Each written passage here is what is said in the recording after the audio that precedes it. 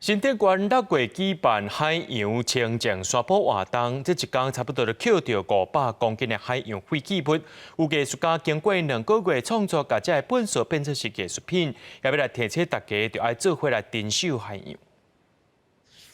鱼仔身躯是竹啊、沙啊、甲水管，目睭是塑胶盘啊。这些材料原底拢是对海边捡回来的本色。除了艺术家的创作，还有 DIY 课程，希望大家在创作的过程，体会本色乌白蛋会对海洋造成严重的污染。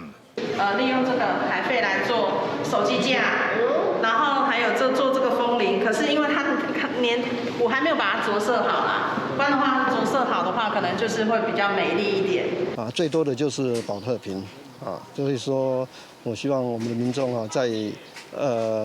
家庭上就在源头上就把它分类好不要让它让风吹动或漂流，或是随意抛弃。台北市公所6月举办净滩活动，参加民众当天就捡到差不多500公斤的海洋废弃物，随后透过艺术家把这些本色提来创作。目前作品等于台北市的海岸又陆重新展出，希望提醒民众重视海洋本色的问题，改变生活习惯，做好本色分类，也减少使用一摆性的塑胶用品。记者刘君和新竹报道。